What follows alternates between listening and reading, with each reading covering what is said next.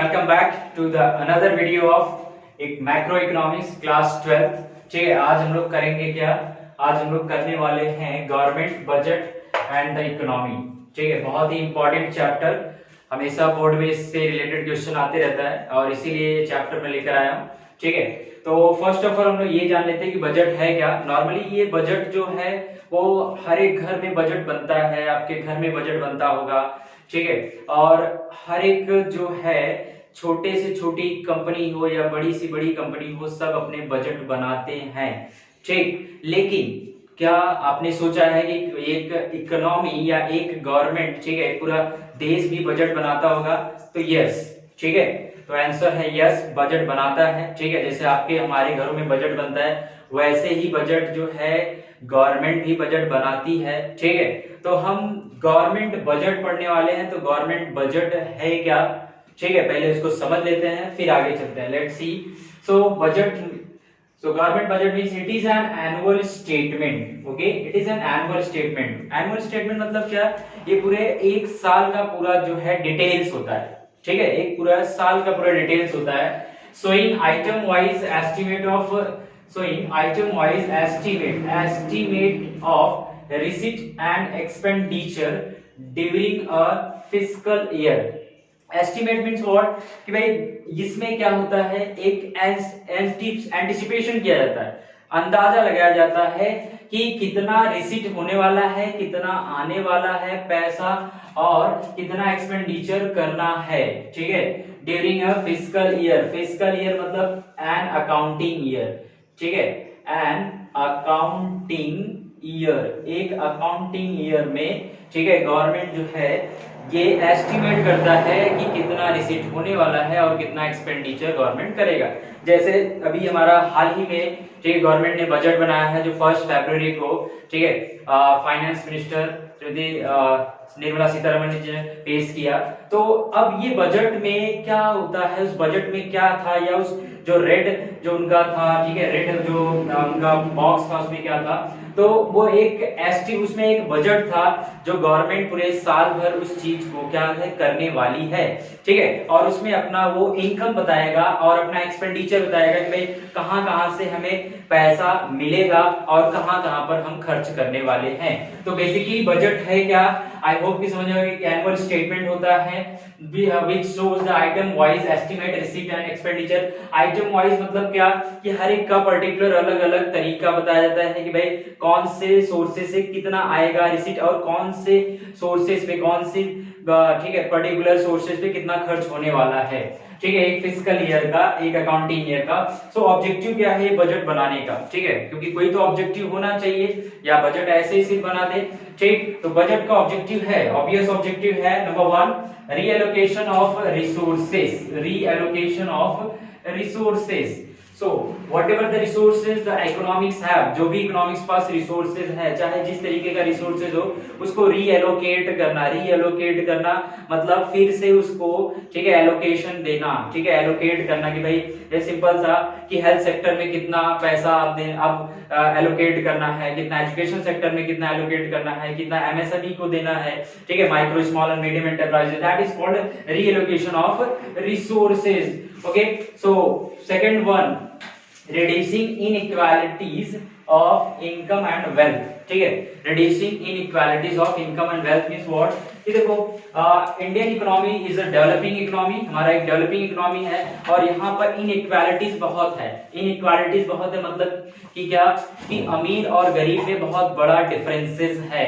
ठीक है, उनके इनकम में, उनके वेल्थ में, ठीक, इनकम में भी और वेल्थ में भी। तो इकोनॉमी इस हर एक बजट में, ठीक है, क्या कोशिश होती है, फाइनेंस मिनिस्टर या उस बजट की ये कोशिश होती है उस इनइक्वालिटी ऑफ इनकम और वेल्थ को कैसे कम किया जाए, अमीर और गरीब का जो ये डिफरेंसेस है उसको कैसे कम किया जाए। ठीक है, so second objective is reducing inequalities of income and wealth, and third point that is economic stability. Okay, economic stability, economic stability. ठीक है, सो इकोनॉमी जो है डेवलप, खासकर जो हमारी इकोनॉमी है बहुत ही अनस्टेबल तरीके से हमेशा कभी अप्स एंड डाउन चलते रहता है। जैसे कोरोना काल में क्या हुआ, इकोनॉमी माइनस में चली गई, जीडीपी हमारा माइनस में चला गया। तो अब ऐसे अप्स एंड डाउन्स को कैसे जो है सही किया जाए, ठीक, that is called economic stability. हमारी इकोनॉमी ताकि स्टेबल रहे, बहुत ज्यादा इन्फ्लेशन ना हो, बहुत ज्यादा डिफ्लेशन ना हो, ठीक है, क्योंकि बहुत ज्यादा इन्फ्लेशन भी इकोनॉमी के लिए अच्छा बात नहीं है और डिफ्लेशन भी किसी भी इकोनॉमी के लिए सही साइन नहीं होता है। तो इकोनॉमी को स्टेबल बनाना है, ठीक है, बहुत ज्यादा इन्फ्लेशन नहीं, बहुत ज्यादा डिफ्लेशन नहीं, इकोनॉमी, ठीक है, एकदम आराम से हल्ले हल्ले चले, that is economic stability. Come to the fourth point, that is what, management of public enterprises. Management of public enterprises, public enterprises क्या है, प्राइवेट एंटरप्राइजेस सुने थे, पब्लिक एंटरप्राइजेस नया कहा गया। तो गवर्नमेंट की कुछ अपनी कंपनियां हैं, ठीक है, उसे पब्लिक एंटरप्राइज कहते हैं या पीएसयूज कहते हैं, पब्लिक सेक्टर यूनिट। ठीक, तो पब्लिक सेक्टर जो यूनिट है वो पब्लिक सेक्टर यूनिट को मैनेज कौन करता है, तो ऑब्वियसली गवर्नमेंट करेगा। क्यों? क्योंकि गवर्नमेंट का उसमें स्टेक्स है, ठीक है, जब गवर्नमेंट का स्टेक है तो गवर्नमेंट उसको मैनेज करना है। तो गवर्नमेंट उसको कैसे मैनेज, मतलब उसको कितना इस बार फंडिंग देना है या कितना वहां से कमाई हुआ। जैसे सिंपल सा, railway is a public sector unit, yes I know कि भाई इसका कुछ पार्ट प्राइवेटाइजेशन हो में चला गया है, लेकिन स्टिल जो है हमारे पास जो गवर्नमेंट ऑफ इंडिया है उसके पास 70% के अकॉर्डिंग स्टेक्स अभी भी है। तो अब उसको मैनेज कैसे करना है, ठीक है, मैनेज इन द सेंस उसको कितना फंडिंग देना है और उससे कितना इनकम आया, ठीक है। So that is what management of public enterprises. जैसे, ठीक है, भेल है भारत हैवी इलेक्ट्रिकल लिमिटेड, ठीक है, it is also PSU, public sector unit है, ठीक है, तो इनको मैनेज करना it is also the main objective of the budget. Okay, come to the next point, economic growth, ठीक है, economic growth is the another point of the budget objective, ठीक है। Economic growth, see India is a developing economy, तो हमारे economy का जो growth है वो कंसिस्टेंटली जो है वो जे कर्व में रहे, मतलब बढ़ते रहे, ठीक है। तो इस इकोनॉमिक जो ग्रोथ को मेंटेन करने के लिए बजट जो है उसमें प्रॉपर ऐसे सिस्टमैटिक वे से पैसे को जो है रिसीट और पेमेंट या एक्सपेंडिचर को एलोकेट किया जाता है, ताकि हमारा जो ग्रोथ है वो जो है कंटिन्यूअसली आगे जाते रहे या ग्रो रहे, मतलब जे कर्व में रहे, ठीक है। So another objective of economic growth and come to the sixth point, that is reducing regional disparities. Regional disparities, regional मतलब क्या कि भाई सिंपल सा हिंदी में क्या कहते हैं कि क्षेत्रीय। तो रीजनल डिस्पैरिटीज मतलब क्या है, ठीक है, रीजनल डिस्पैरिटीज तो हमारे इंडिया में क्या है कि अलग अलग जो एरियाज हैं उनका डेवलपमेंट अलग अलग तरीके से हुआ है। जैसे कि बहुत से ऐसे स्टेट्स हैं जिनका पर कैपिटा इनकम, मतलब पर पर्सन इनकम बहुत अच्छा है, जैसे पंजाब ले लो, गुजरात ले लो, ठीक है, महाराष्ट्र ले लो, बहुत अच्छा पर कैपिटा इनकम, पर पर्सन इनकम बड़ा अच्छा है वहां पर,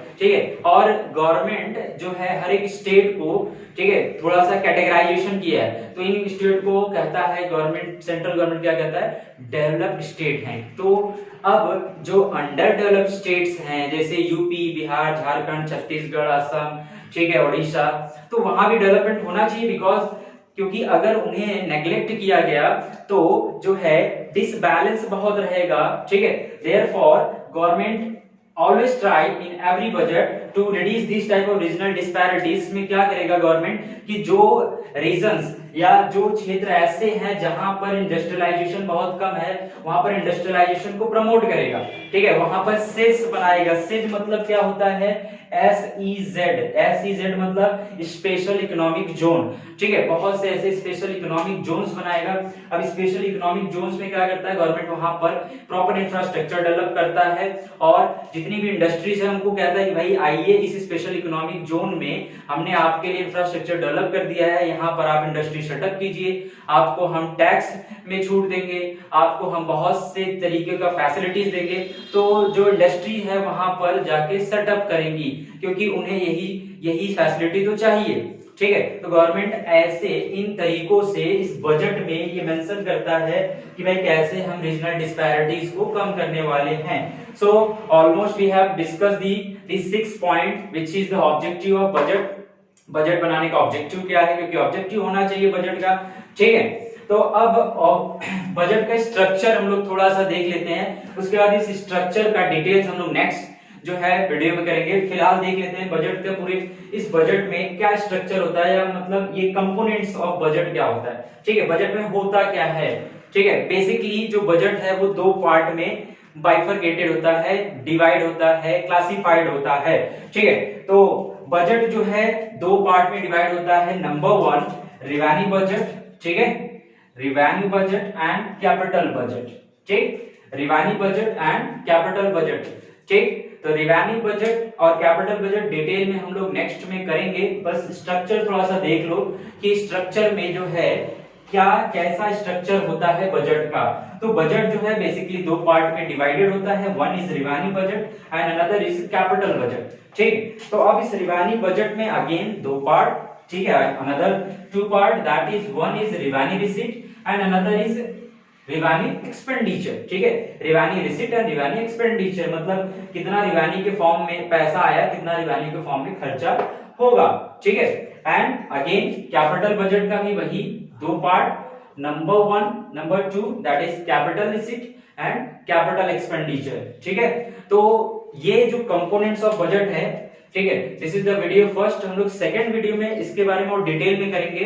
तो फिलहाल बस इतना समझ लो कि जो बजट है उसका स्ट्रक्चर कुछ इस तरीके से डिजाइन होता है कि वो दो टुकड़ों में टूटा रहता है, मतलब दो पार्ट में डिवीजन होता है। One is revenue budget and another is capital budget. ठीक है, again and again revenue budget is divided further into two parts, that is revenue receipt and revenue expenditure, and capital budget again bifurcated in two parts, that is capital receipt and capital expenditure। अब हम लोग next video में structure of budget को detail में करेंगे। ठीक है, और तब तक के लिए ये जो फर्स्ट वीडियो है इसको बेसिक ऑफ गवर्नमेंट बजट को अच्छे से समझ लो। ठीक है, उसके बाद नेक्स्ट वीडियो में मिलते हैं एक पूरा full detail of components of budget. Okay, I hope कि वीडियो एकदम अच्छा लगा होगा, इंफॉर्मेटिव लगा होगा और एग्जाम में आपको हेल्प करेगा। तो लाइक शेयर और सब्सक्राइब करना मत भूलिए। Thank you.